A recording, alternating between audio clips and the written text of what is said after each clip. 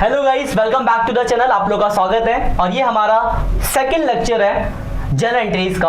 First lecture में हमने 10 basic entries जानी थी और आज हम बात करेंगे कंपाउंड एंट्री की, जहां पे more than one account should be debit और क्रेडिट होते हैं। बहुत ही ज्यादा गलती होती है, तो ध्यान से कंसेप्ट को समझना। इसमें हम डिस्काउंट वाली एंट्रीज की बात करेंगे कि अगर पेमेंट के टाइम पे डिस्काउंट का सीन आता है तो उसको कैसे एडजस्ट किया जाएगा।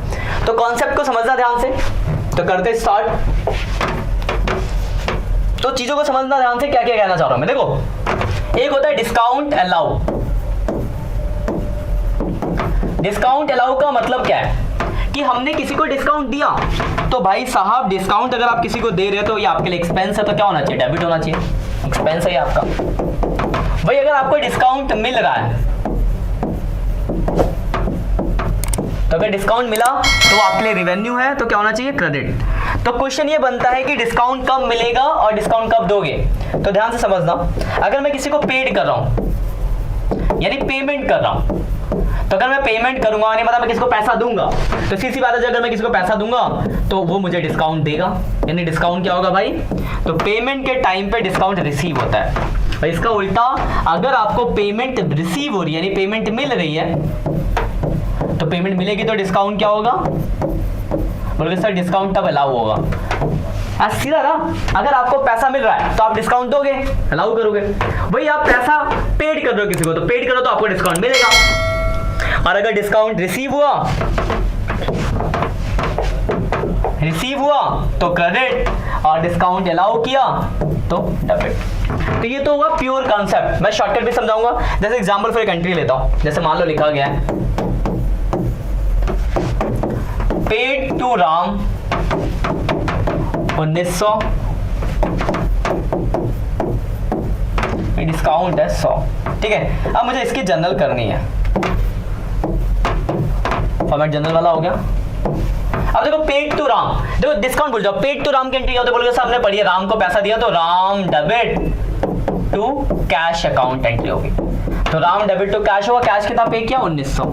अब अगर हमने पेड किया तो पेड करने पे देखो, पेड किया तो डिस्काउंट क्या होगा? रिसीव। बोलोगे सर ये डिस्काउंट जो है रिसीव वाला डिस्काउंट है, यानी डिस्काउंट क्या होना चाहिए? क्रेडिट। तो बस क्रेडिट हो जाएगा डिस्काउंट। ये आपका डिस्काउंट रिसीव है। कितना हो गया डिस्काउंट? 100 रुपए।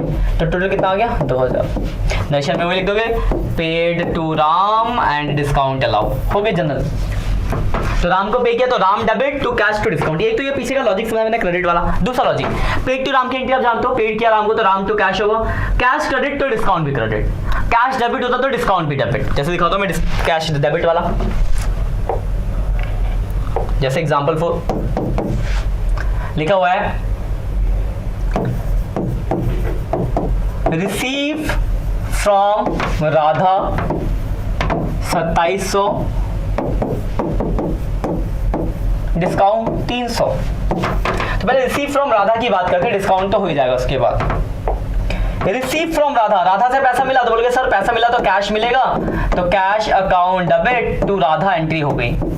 कितना मिला? 2700 कैश में आ गया। अब मिला तो इसका मतलब क्या? डिस्काउंट अलाउ, यानी डिस्काउंट डेबिट हो, क्योंकि पैसा मिलता है तो हम डिस्काउंट देते हैं, तो डिस्काउंट डेबिट होगा। टोटल आ गया 3000। तो देखो अगर पेड वाली एंट्री देखो, पेड किया तो राम टू कैश, मतलब कैश के साथ साथ ये भी क्रेडिट हुआ, कैश डेबिट।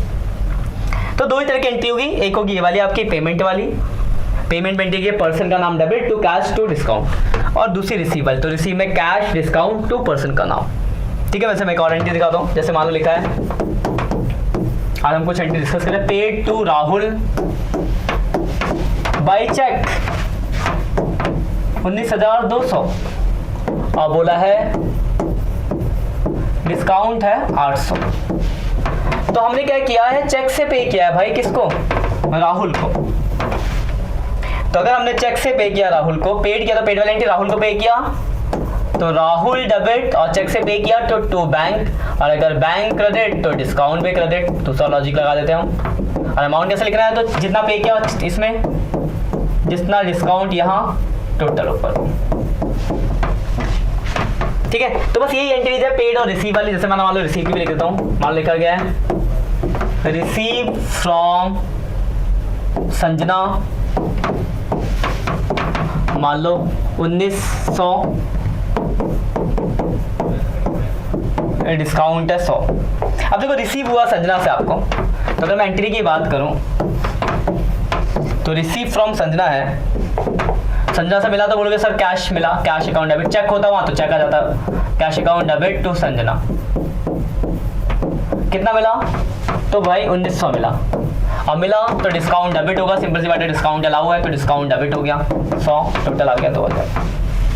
तो देखो इसी तरह की एंट्री है, देखो मैंने कुछ एंट्री आपको लिखवा दी है, paid receive, paid receive, paid और रिसीव दो ही एंट्री आई थी यहाँ पे। एक और एंट्री, इसको ऐसे लिखने का भी पैटर्न होता है, एंट्री कभी कभी ऐसे लिखोगी, जैसे मान लो लिखा गया है paid to Mohit 1900 full settlement of his account 2000, मतलब हमें उसे 2000 रुपए देने थे पर हमने 1900 दिया और फुल सेटलमेंट हो गया। तो जहां भी बोले ना फुल सेटलमेंट और कम पैसा दे रहे हैं तो वहां भी भाई छुपा हुआ गुडविल है, मतलब सॉरी गुडविल क्या, छुपा हुआ डिस्काउंट है। तो पैसा पे किया किसको, मोहित को, तो देखो एंट्री कैसे, ध्यान से बना, मोहित डेबिट, कितना देना था 2000 टू कैश, कितना पे किया तो बोलोगे सर 1900 पे किया, तो बाकी क्या हो गया डिस्काउंट, कितने का डिस्काउंट बोलोगे सर 100 रुपए का डिस्काउंट। तो बस ये कुछ तरीके की एंट्रीज हो सकती है। देखो मैंने को आपको डिस्कस कर देते हैं, ये पीछे का, इसके पीछे का कॉन्सेप्ट, पेड वाली एंट्री तो पे करेंगे तो percent to cash to discount, receive हुआ तो cash discount to person, cash की जगह चेक भी हो सकता है, चेक वाला देखो एंट्री, पेड किया था चेक से तो बस कैश की जगह बैंक आ गया, बाकी देखो पूरा प्रोसेस सेम है। फिर देखो ये एंट्री एक रिसीव की एंट्री दी, फिर देखो फुल सेटलमेंट वाला केस है, तो फुल सेटलमेंट वाले केस में क्या होगा कि आपका क्या होगा डिस्काउंट, जैसे मान लो रिसीव वाले भी लिख देते, जैसे मान लो लिखा है receive from Sanjeev 19,800 full settlement of his account 20,000, मतलब 20,000 की जगह 19,800 मिला और क्या हो गया भाई फुल सेटलमेंट हो गया। देखो एंट्री करके दिखाता हूं मैं आपको, पैसा मिला कैश चेक कुछ तो बोले तो कैश चेक भी हो सकता था, तो कैश अकाउंट डेबिट कितना मिला 19,800, और जो संजीव का अकाउंट सेटल हुआ भाई वो कितना हुआ 20,000। यहाँ का नरेशन यहाँ भी लिखना बीइंग जो लाइन है, और डिस्काउंट कितना हो गया 200 रुपए का डिस्काउंट, बस खत्म, इतनी ही चीजें, इतना ही करना है। तो यही आपकी डिस्काउंट की एंट्रीज है, कंपाउंड एंट्रीज, जहाँ पे मोर देन का देखो यहाँ पे 2 अकाउंट डेबिट हुए इस वाले एंट्री में, इसमें देखो 2 अकाउंट क्रेडिट हुआ इस वाली एंट्री में। तो जब एक से ज्यादा अकाउंट डेबिट या क्रेडिट होते हैं तो उसको बोलते हैं कंपाउंड एंट्री, और ये डिस्काउंट वाली एंट्री एक तरह की कंपाउंड एंट्री होती है। तो देखो मैंने कुछ एंट्रीज कराई आपको, अब मैं आपको कुछ एंट्रीज देता हूँ जो आप करके रखना, ये कुछ क्वेश्चन प्रैक्टिस के, जिससे कि आपका ये वाला कॉन्सेप्ट भी क्लियर हो जाए, पिछला और ये दूसरा, क्योंकि इसके अलग से ज्यादा एंट्री है नहीं। पहला देखो मान लो लिखा है पेड टू सुमित 19,000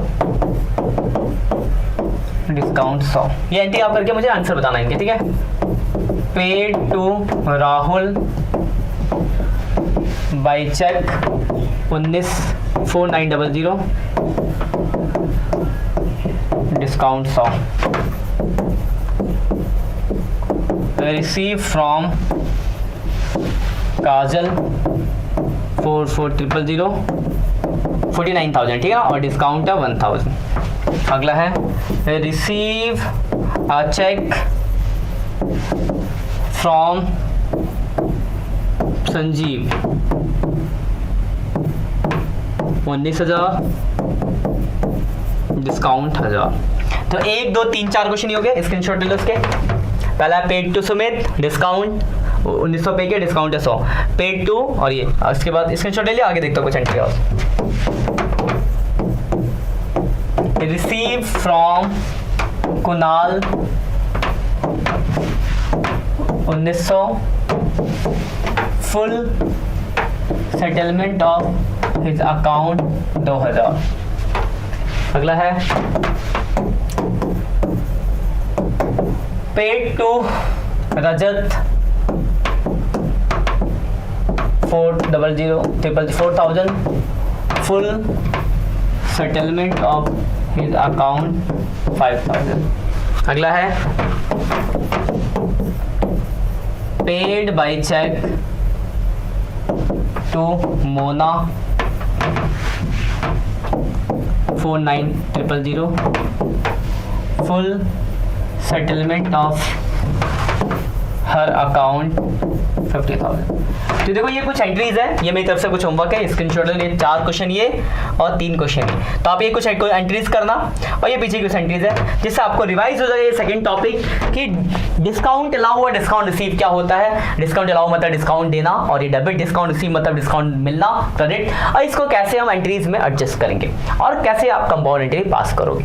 तो ये आपका सेकंड लेक्चर खत्म होता है आज का, और इसी के साथ आपको ये वाला टॉपिक भी अच्छे से क्लियर कर लेना। और पहला और दूसरा देखो 10 एंट्रीज हमने उस दिन देखी और आज 2 एंट्री देखी पेमेंट और रिसीव वाली, तो 12 एंट्री आपकी हो चुकी है। तो आज के लिए इतना ही, मिलते हैं नेक्स्ट सेक्शन में, तब तक के लिए बाय बाय।